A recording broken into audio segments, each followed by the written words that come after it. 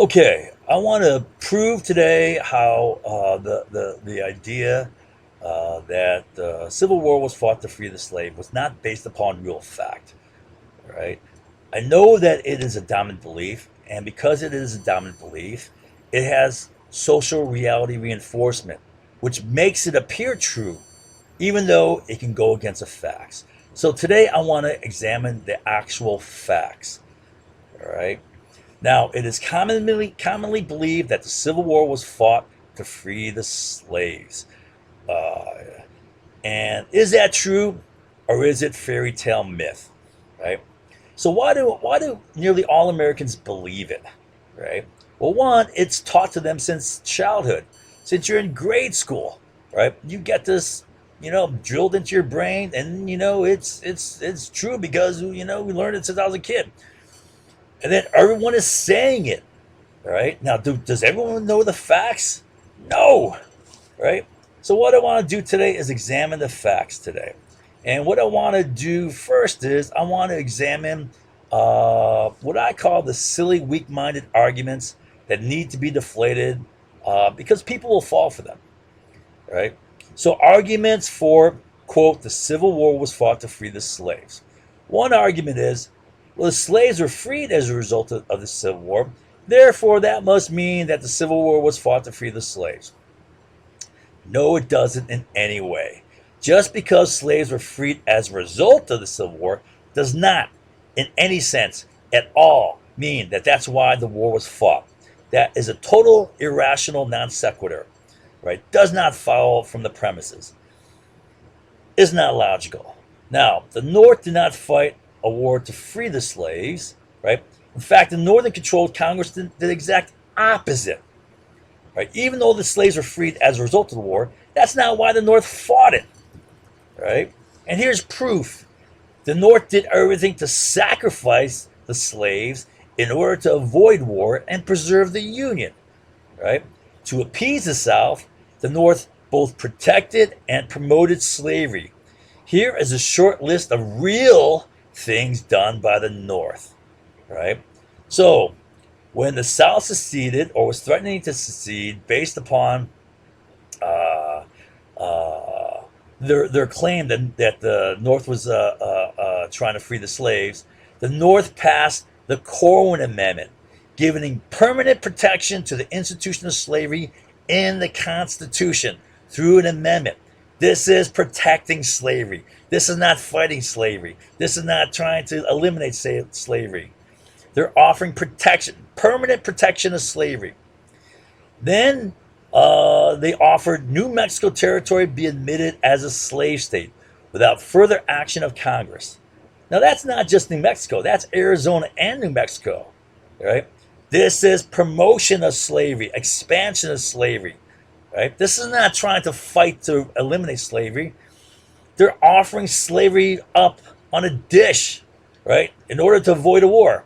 It's not, they're not fighting a war to eliminate slavery. They're doing the opposite. They're sacrificing slavery to avoid a war. All right. And then they've offered amendments, two amendments to boost the power of the fugitive slave law, giving federal courts exclusive jurisdiction in prosecuting fugitive slaves, eliminating any local interference, like a local court, a state court, or whatever. Right? This is protecting and promoting slavery, not fighting it. And then they passed a Crittenden-Johnson congressional resolution in July. All right, this is after the war started, but which declared the Union government will not free the slaves, and that the people of the Union were not fighting the war to free the slaves, but to preserve the Union. All right? All right. So, real bottom line, in reality, the Northern controlled Congress was desperate to avoid a war and to preserve the Union, so they sacrificed the slaves, both promoting and protecting slavery. That is the opposite of fighting a war to free the slaves. I mean, I don't know how I can make that simpler.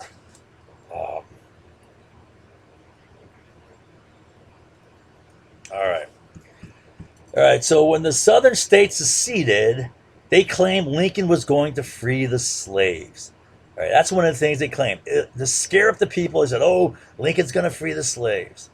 I mean, seriously. One, Lincoln was the originator of the Corwin Amendment.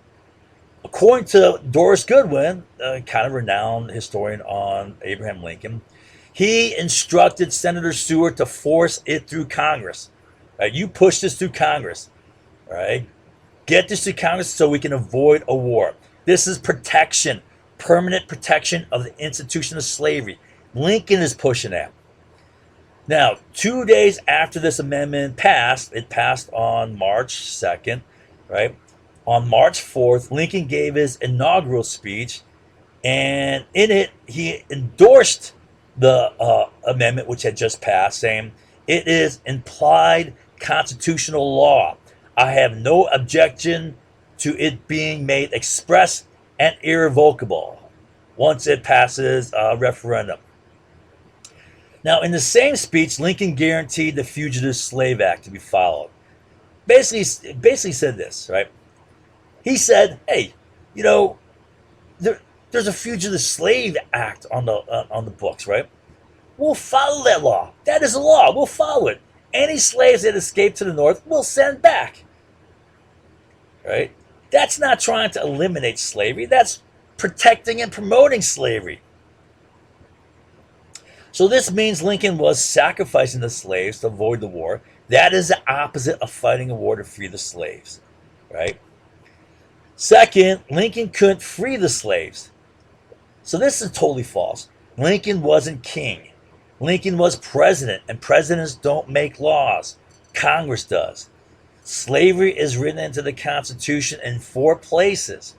This means that the abolition of slavery requires an amendment to the Constitution. The president can't do that. I mean, come on. Amending the Constitution requires 2/3 majority in both chambers and then ratification by 3/4 of the states. In 1860, before secession began, there were 34 states, 15 of which were Southern. Now, 3/4 means that 26 out of the 34 states had to ratify the amendment. That also means that only 9 out of the 15 Southern states, slave states, needed to vote against it. And they would all vote against it. It was dead sure that it would not pass. There was no threat to slavery. There was no bill. There was no bill in Congress. There was no threat to slavery. Furthermore, when the 13th Amendment did pass, it only passed by 2 votes with only the northern states voting. All right? And Lincoln was also buying votes with offers of cush federal jobs to lame duck congressmen. Right?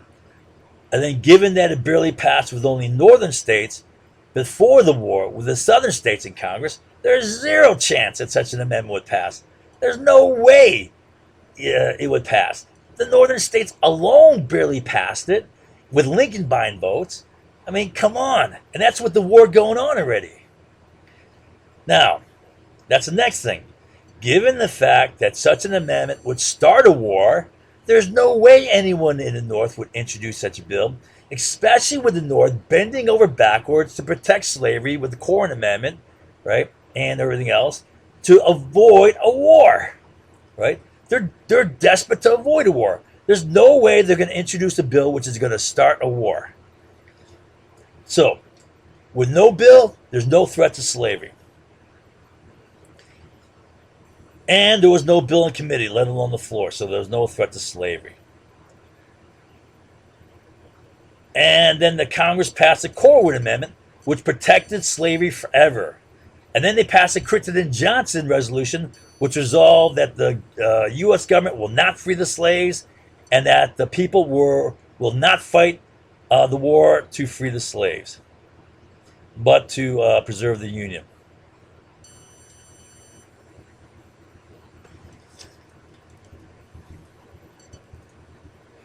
All right, here's the bottom line. Lincoln's primary goal was to preserve the Union, and he would sacrifice the slaves for that. He's not fighting a war to free the slaves. He's doing everything, he's sacrificing the slaves to avoid a war. and he was the originator of the Corwin Amendment. He endorsed it. He guaranteed the fugitive slaves law be followed. Lincoln did not want to fight a war to free the slaves. He sacrificed the slaves to avoid a war and split of the Union.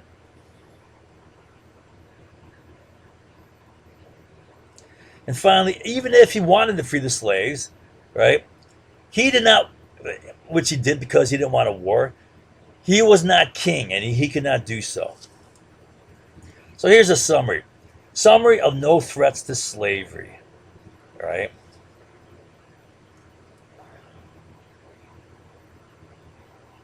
One, there's no bill in Congress to free the slaves, so there's no threat. Two, there's no chance an amendment would be ratified with the southern states in Congress, so there's no threat to slavery. Three, it barely passed in January of 1865 with Lincoln buying votes and only in northern states. So with the southern state, there's no threat to slavery. And the North was so desperate to avoid a war, they would not have even considered introducing a bill if it would cause a war. So there's no threat to slavery. They were desperate to avoid a war. They bent over backwards and offered full protection and promotion of slavery to avoid a war. That is the opposite of fighting a war to free the slaves. They protected and promoted slavery to avoid a war. That is the real facts. Not just what you want to believe because what people are saying or what you learned, right? I mean, this is the real facts. This is what happened. So it's interesting to note that the southern states actually increased the chances of emancipation by seceding. But even then, the North protected and promoted slavery. They didn't want to fight a war. All right, so next fallacious argument is Congress and the president may have not wanted to fight a war, but the people did. They wanted to start a war to free the slaves, right? Well, Congress makes a law. Congress declares war, right? If they didn't want it, the people are supposed to be represented by Congress, right? But Congress didn't want it. That's a bottom line. So let's start with some real attitudes of Northerners in regards to slavery and blacks. I'm talking real. Not what you want to believe as makes you feel good, all right? So here's a couple of historians, and they're talking about the real attitudes towards blacks and slaves at that time. So here's a quote from Frederick Weaver. Most Northerners had little interest in slaves' welfare or divine opinions about slavery, like, oh, it was against God, right? Much more mundane reasons informed their opposition to the peculiar institution. Craftsmen and wage workers feared that they had to compete with slave labor. The result would be a devastating decline of their earnings. That's why they didn't want slavery coming up to the north. Yeomen in the upper Midwest didn't want to compete with slave holders for product markets and land in territories and new states, right? They figured there's no way they're going to compete with, slave labor. They're going to get beat out and driven out of business, right? And there's no way they can get land when for one, they don't have money, right? Most of the whites were poor and moneyless, right? And it was the slave plantation owners who had great wealth, who would gobble up all the land. On the other hand, northern industrialists were divided on slavery. Some wanted it, some didn't. Although the merchant community, especially in New York City, was strongly interested in avoiding any disruption of the lucrative cotton trade. Thus, they were pro-slavery. All right. Here's a quote from Ingalls. I think, what was his name? Joe Ingalls? Mark Ingalls.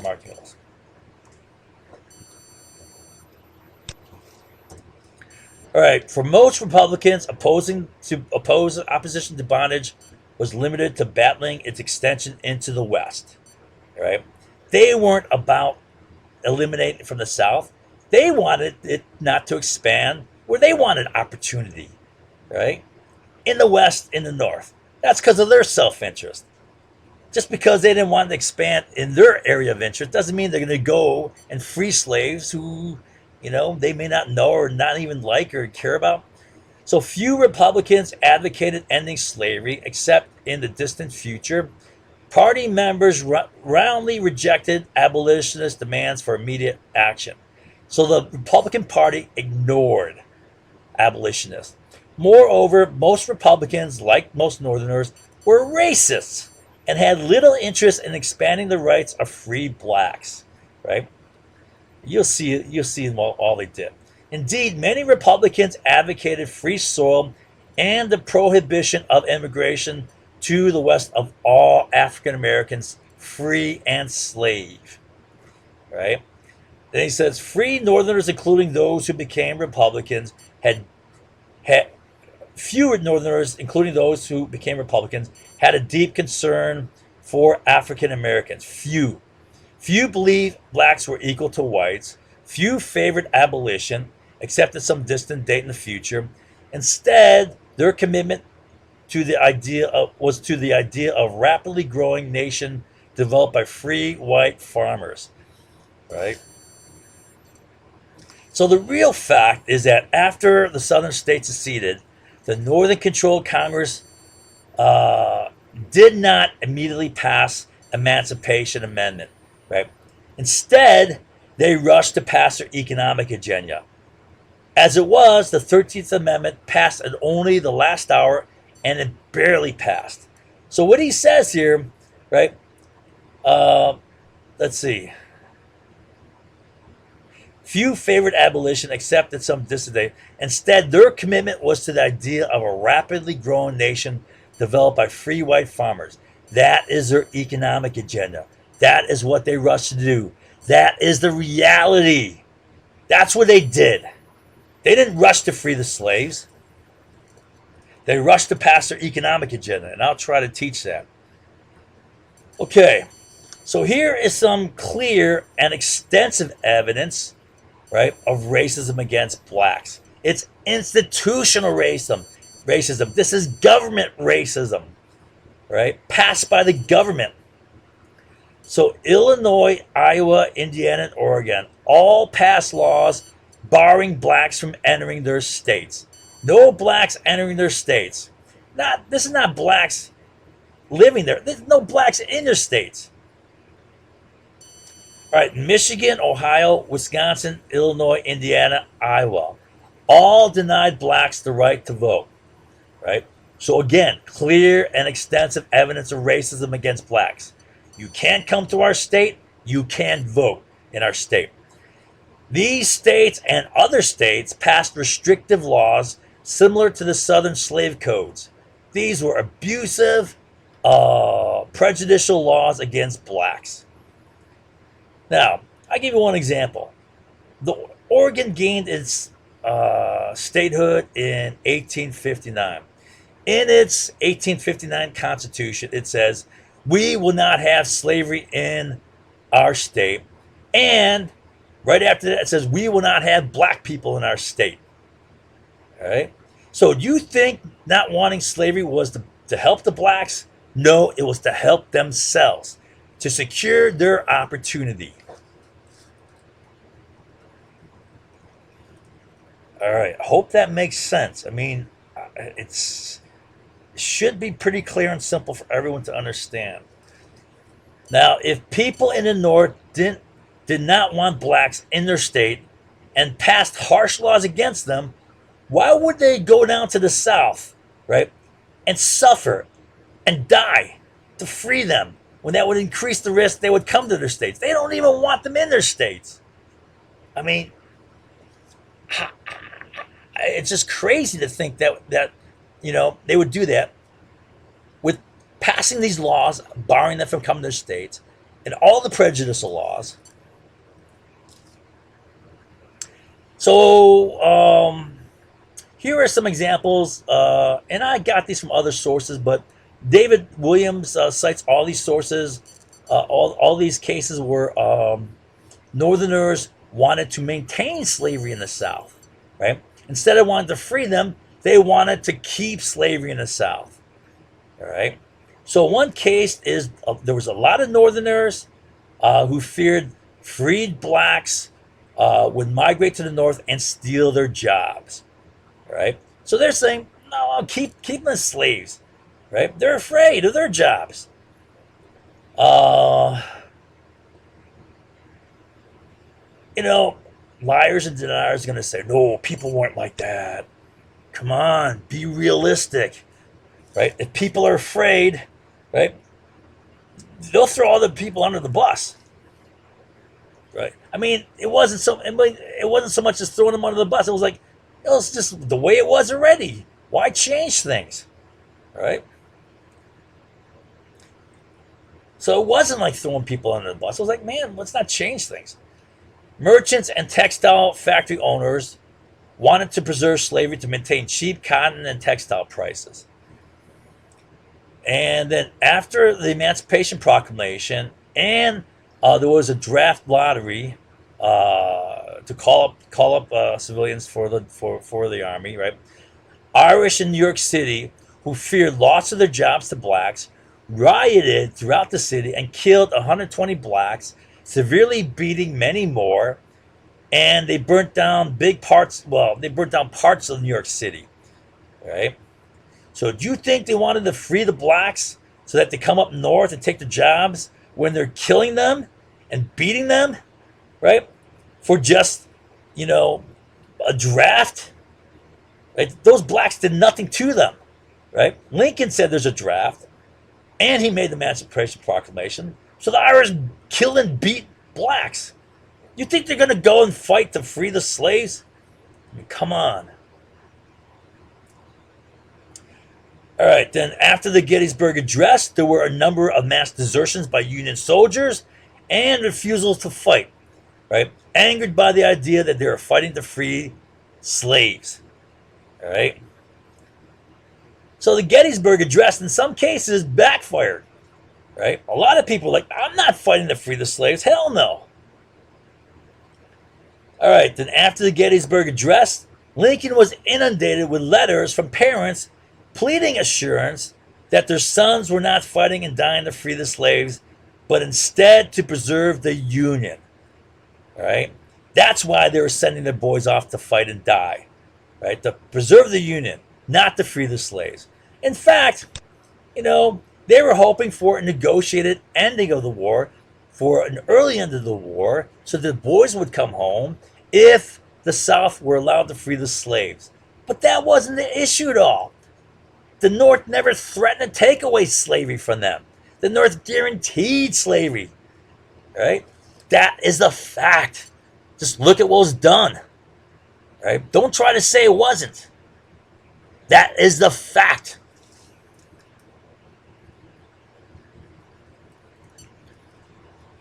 There's a bottom line. State laws prove that there was clear and present prejudice against blacks, not wanting blacks in their state, not letting them vote, imposing special stringent laws only on blacks. If they didn't want blacks in their state, why would they fight to set them free, which would increase the chance they would come to their state?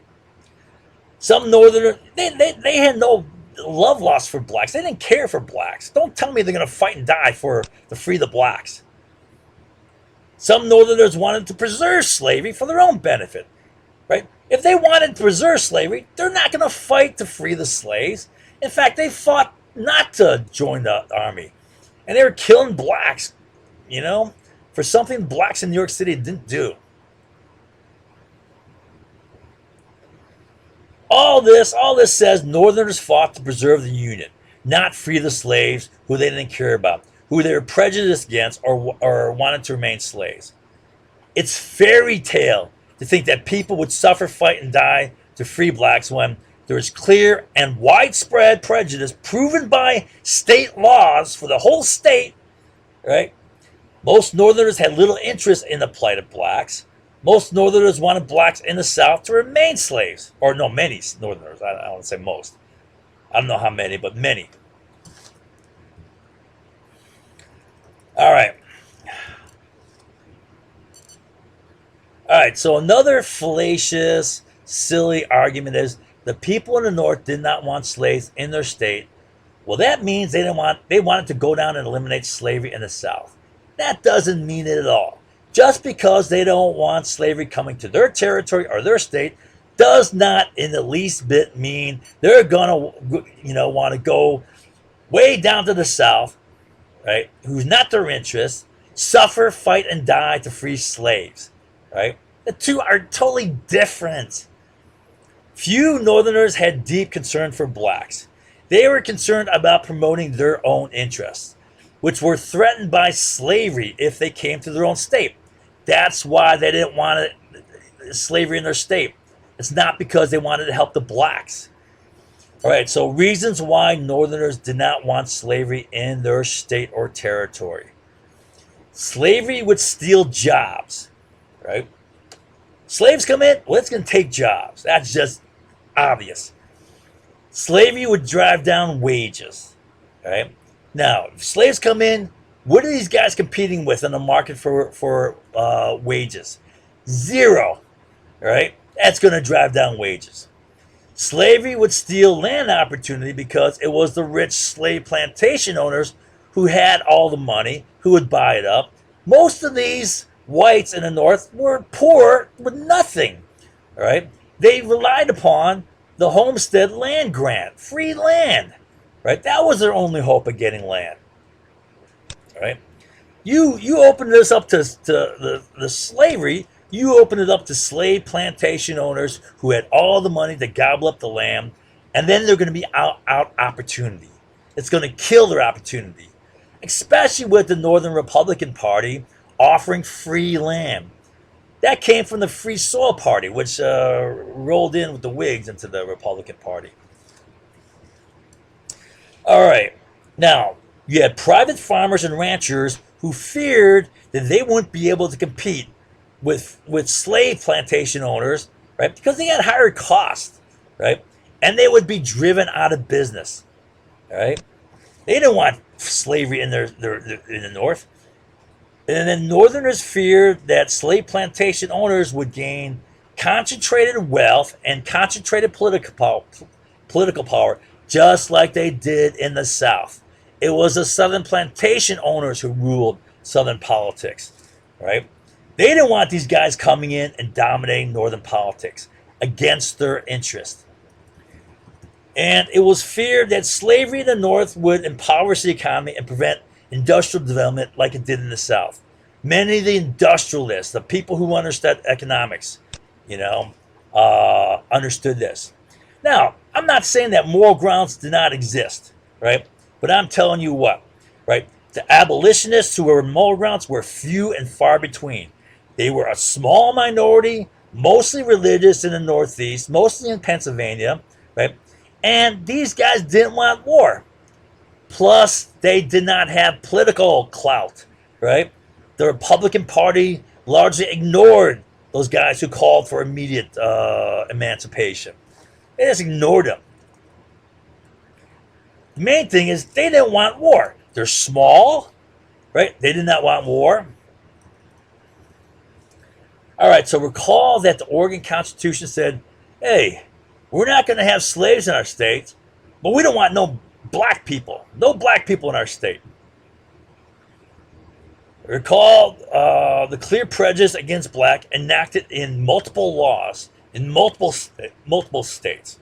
That's statewide. That's institutional racism. No blacks in our state. No voting rights. Stringent laws against blacks. Recall Northerners wanted slavery preserved for their own benefit. Some of these Northerners wanted slavery in the South, right? Because that's for their own benefit. Whether they're rich merchants or textile mill owners, or they're the poor workers who feared free slaves coming to the North and taking their jobs. All right, recall Union soldiers' desertion and refusal to fight after the Gettysburg Address. And recall that Lincoln was inundated with letters from parents pleading, please assure us that our boys are not fighting and dying to free the slaves, but to preserve the Union.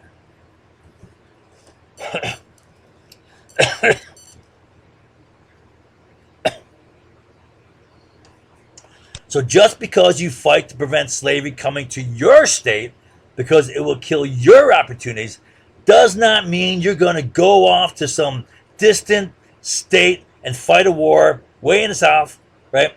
For to free people who you don't know, who you don't care about, who you may want to remain slaves, right? Who you may be prejudiced about. All right. Okay, so abolitionists were a powerful driving force that caused the Civil War in their quest for emancipation. So that's what these these guys say. Oh, the abolitionists were a powerful group, right? They're the ones who pushed. No, they weren't powerful. They were small, right? Abolitionist movement was not very big at all. In fact, it was small and concentrated in narrow pockets in Northeast religious groups. Also, there was only one abolitionist paper that had any that had a small distribution. I think it was like 3,000 max distribution. That's it. That's the largest abolitionist paper. And politicians didn't even pay much attention to them. They ignored these guys. In addition, these guys did not want war. So if you think the Civil War was fought to free the war when these guys did not want war, I mean, come on. They hoped that slaves would be freed through legislation. Now, here are some other abolitionists. So the abolitionists were small in number and they had little political crowd.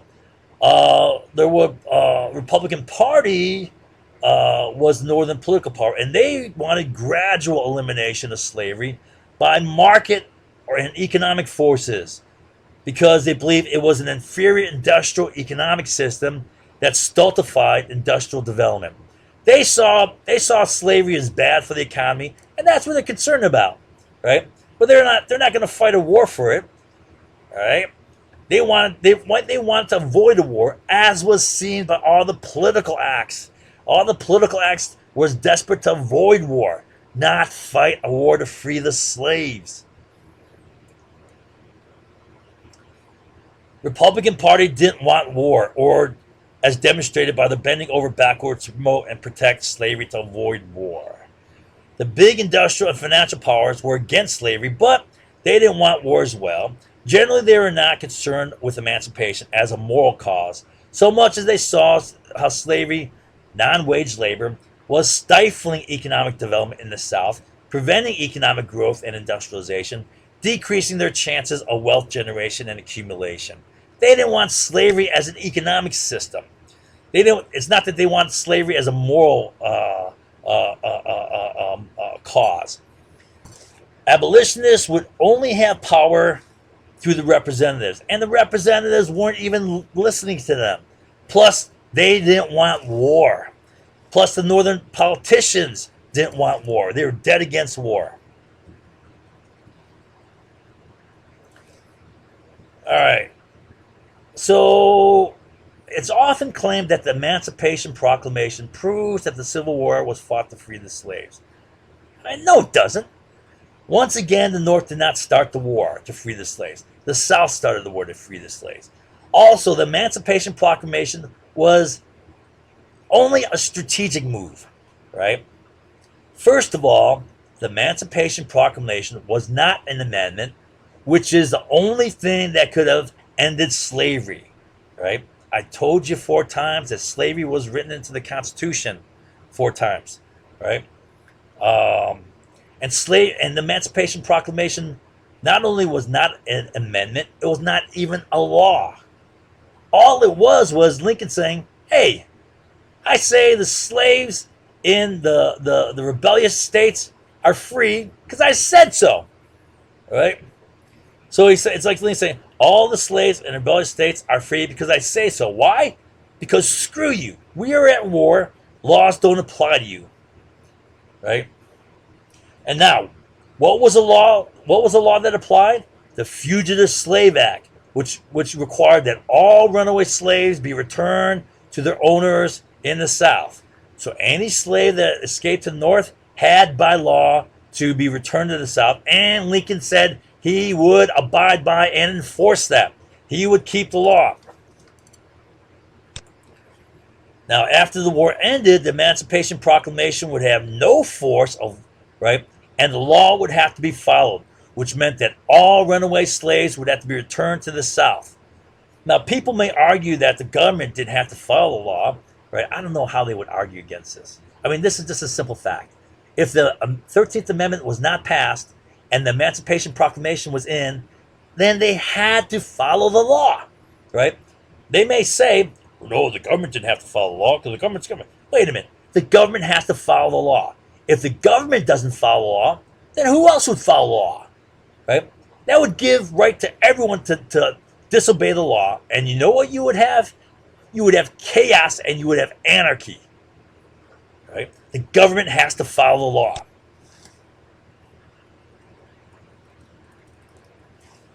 Only an amendment to the Constitution could have prevented that. And that had to be passed before the end of the war. Or it would have killed, or would have been killed by the Southern states after their return, right? Also, the Emancipation Proclamation did not apply to Northern states, right, that had slaves. This means that all the slaves in the Union had to remain slaves. So Lincoln was essentially saying this: all of our slaves are still slaves, but all of your slaves are free. So all these slaves would remain slaves, and only the slaves in the South could be free, right? I mean, come on, is that freeing the slaves? So I'm saying the real purpose of the Emancipation Proclamation was as a strategic move, right? To steal slaves from the South to the North, and that would undermine the slave-based Southern economy, which would undermine their war effort. Economics is the fundamental basis of a war effort. Now, if you steal slaves from the South, you also make slaves available for Northern Army units, right? That's about manpower, and that's strategic. And also, another strategic element is they would not lose the loyalty of the 5 border states, right? I mean, the 5 border states were threatened and said, hey, you don't eliminate slavery, or we're going to jump ship and go to the South. Whether they meant that or not, right? That was a threat you had to take serious.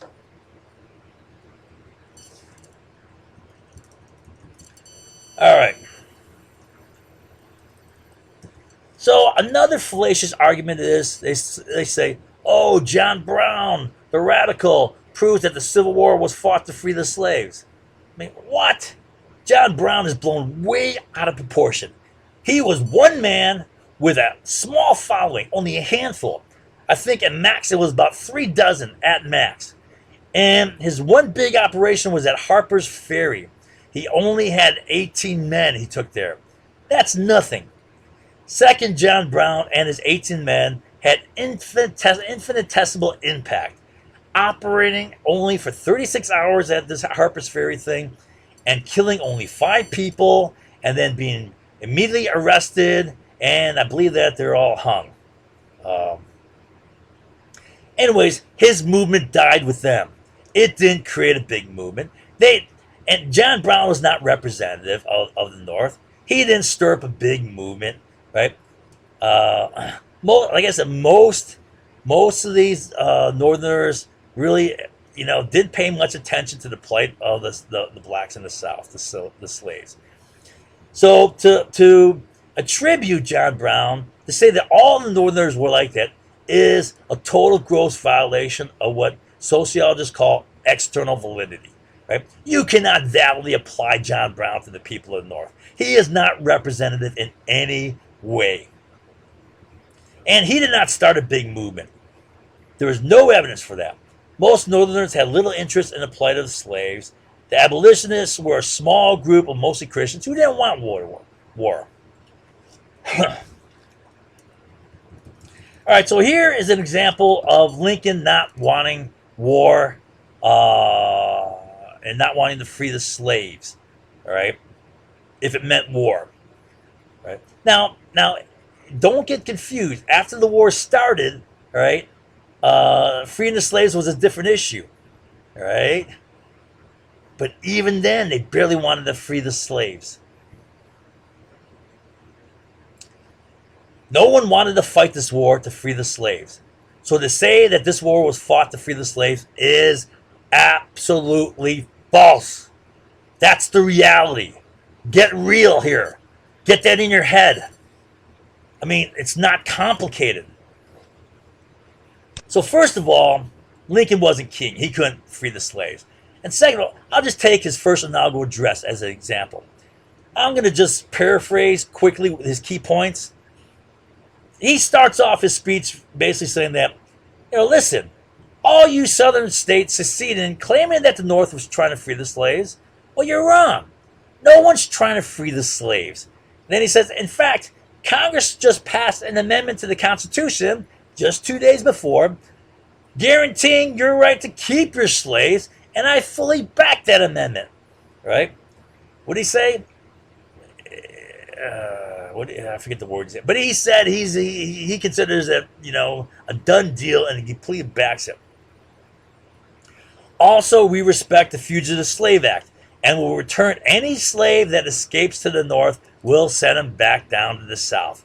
We'll follow the law. That's what he said, right? But then he said, but hey, if there's a free man in the North, you can't go up there and steal him, bring him back to the South, and make him a slave, right? He did say that. But then he said in his inaugural address, the key thing here, but you will respect and pay federal taxes, which meant the moral tariff, which was the real underlying issue, right? There was no threat to slavery, but there was absolute threat now that the moral tariff is going to be passed. With the House, Senate, and presidency going to Republicans, this was going through. And it did. And it passed, actually, before the war started. The moral tariff passed on the same day the Corwin Amendment passed, March 2nd. It passed. A month later, the South declared war.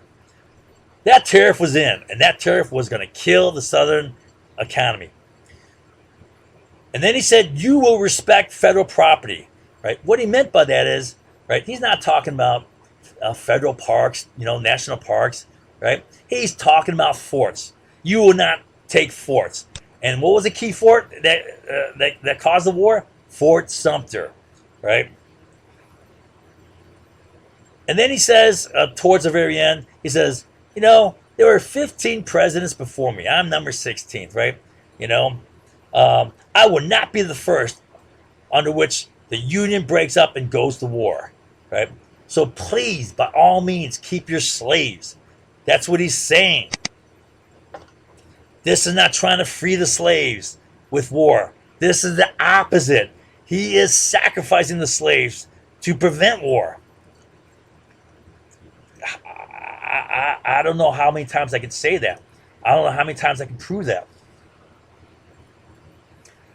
All right, then some will say, I expect someone going to argue, well, the Corwin Amendment was never ratified. Therefore, that meant that people didn't really want to free the slaves. No, the Corwin Amendment was passed March 2nd. Only a month later, April 12th, the Civil War began when the Confederates attacked Fort Sumter. This means there wasn't enough time to ratify the amendment, right? And look at the actual 13th Amendment, the Emancipation Amendment, right? It was passed in January, and it wasn't ratified until December. That's 11 months it took to ratify that. Now, also keep in mind that the South started the war. Now, North didn't start the war to free the slaves, right? All right, so, this is what people want to think, but this is not the reality here, right? People are sacrificing and good-hearted by nature and will gladly give their lives to do what is right, right? People are number one, they're self-serving, and number two, they're self-protecting, right? All right, this is fantasy stuff here. Maybe this is true for a very, very rare few people, right? But I believe the fundamental nature of people is to be self-serving. Here are some far more real and likely reasons why young men fought in the Union Army. This is now coming to reality. One, they fought to preserve the Union, to save the country because it's their country. One, they fought to prevent the damn rebels. They're not liking these rebels from destroying their country.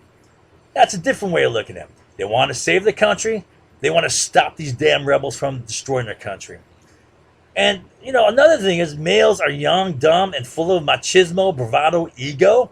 All right, they get carried off in the emotions. Right, right, and because they're too young and stupid, they don't know and realize all the suffering and horrors of war. Young males are too reckless and don't think they'll die. It's always the other guy who gets it. Right? I believe this. A key reason why young men went off to wars, they were too afraid not to go to war. Army units were formed from communities. Communities formed a regiment or whatever company or whatever battalion, right? So the unit you're in is formed from all the people in your community, right? For an able-bodied young male to not go when all others went out to fight would be social and economic suicide. You would be a total outcast in that community, right? Now, to keep another reason why they went to war is to keep from being thought of as a coward. All right, a lot of people go off because they don't want to be thought as a coward. They fear the yellow stain on their back, right? And or they wanted to go fight because their brothers and friends were fighting, and they wanted to help them stay alive. And some wanted to win glory for themselves, right? The idea that they're going to fight and die for people who they have prejudice against, that they don't want coming to their state, I mean, come on, right? I'm not saying some didn't, but I'm saying that's a rare few. These are more realistic reasons why people, young men, join the war.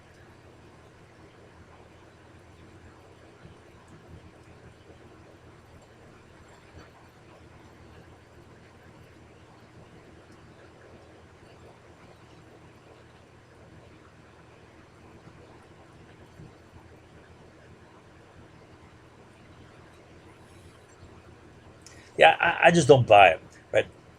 So there were after the Gettysburg Address, Lincoln was flooded with letters by concerned parents, begging him to reassure them that their boys are fighting and dying to preserve the Union, not free the slaves, right? And then there was all sorts of desertions, right? Mass desertions after the Gettysburg Address, right? Uh, I don't believe these guys. There's other more powerful reasons why they fought the war. The war.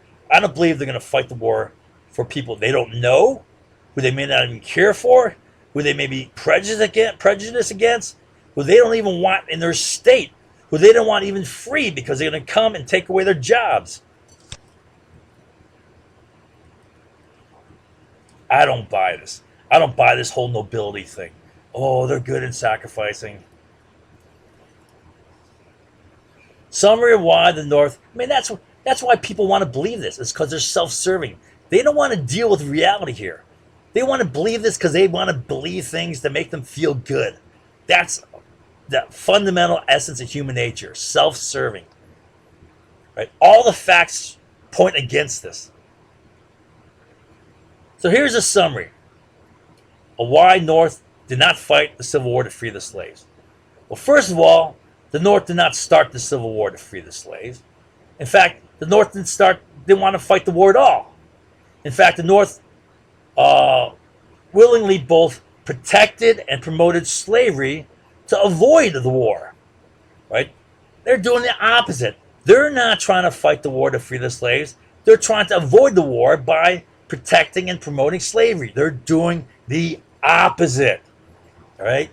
I don't know if I can get that into your understanding here, but there was, so the South started the war claiming the North was going to free the slaves, but there was zero risk the North would free the slaves, proven by one, there's no bill in Congress, let alone in committee, right? With no bill, there's no risk of freeing the slaves. There was no chance that such a bill, if it existed, would be ratified, given that it took only 9 of 15 slave states to vote against it. And all of them would easily vote against it. There's no chance it's going to get ratified.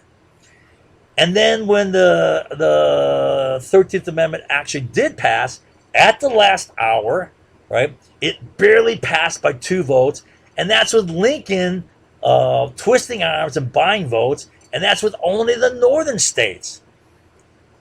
All right. If the southern states were there, there's no chance it would have passed, right? And there would be no political will to introduce such a bill because they know that such a bill would start a war, and the North proved that it was desperate to do everything to prevent a war.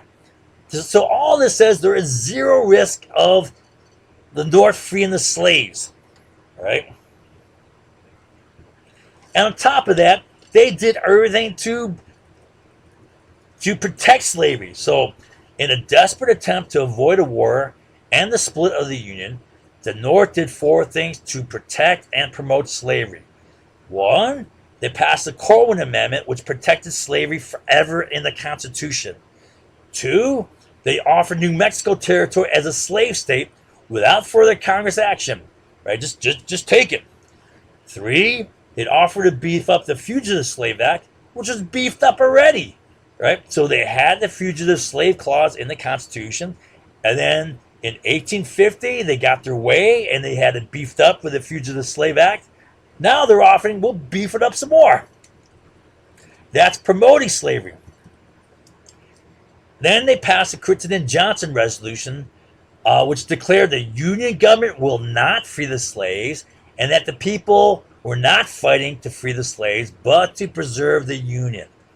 Right? So all of this protected and promoted slavery. They were not trying to free the slaves.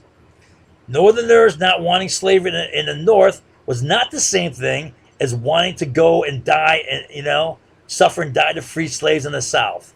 When not wanting slavery in the North was totally self-serving and not for the benefit of the slaves. Right? Remember, we went through 6 things. I'm not going to repeat them all. Many of the people in the North were prejudiced against blacks, as proven in state laws. That means widespread institutional prejudice against blacks. Right? Right? You cannot come into our state. You cannot vote. You got special laws against you. Many expressed their willingness to fight to free the slaves. There's mass desertions. You had parents, pleading Lincoln that, please assure us that our boys are not fighting and dying to free the slaves. Many in the North wanted slavery in the South to remain, right, for their own self-serving reasons, right? Now, the abolitionists were a very small group who were not representative of the masses. Plus, they didn't have political clout. Plus, they did not want to start a war. John Brown was not representative of the masses. He was an isolated kook, a crackpot radical, right? And he had a very small following, and his one major operation was over and done before with less than 2 days. He only killed 5 people, and then he was arrested, tried, and hung, right? Created no movement. He was not representative of the people of the North. He cannot be used, right? People always point, well, look at John Brown, look at John Brown. What about, who cares? He's an isolated kook. The Emancipation Proclamation does not prove the North fought the war to free the slaves. It was only a strategic move, right? All right.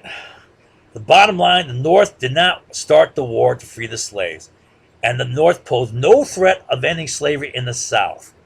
The North did everything to promote and protect slavery, to avoid fighting the war, and to preserve the Union.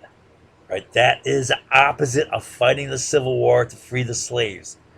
Right? I don't know if I can say that any more times.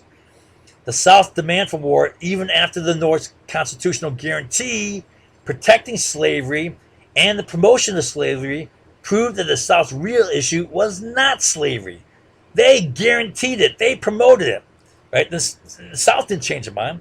I contend, and will prove as I go along, that it was the political realities, which meant the economic realities, that drove the South to want war. I contend that the South knew that the writing was on the wall and that they knew they were forever done politically, right? Which meant they were forever done economically in the Union system. The only chance was to check out, right? Now, who drove this was the rich 0.1% slave plantation owners, all right? They drove this. They knew that they were done. They knew that their slave plantation system was done, their cotton system, and their only hope was to jump ship and get out of the Union. Right now, to do so meant war. They couldn't fight the war being such a small, tiny portion of the population. They had to get all the southern masses to fight the war. That's why they manufactured this fear mongering scare threat of North trying to free the slaves when the North was doing nothing to try to free the slaves. It was fake. It was phony. It was just to whip up support to get them to fight their cause.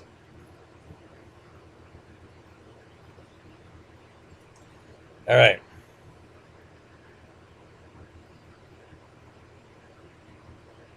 Yeah.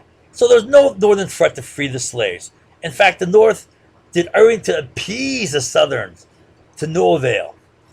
They protected slavery and promoted slavery, and they still continued on. All right. I don't know how I can say it more forcefully.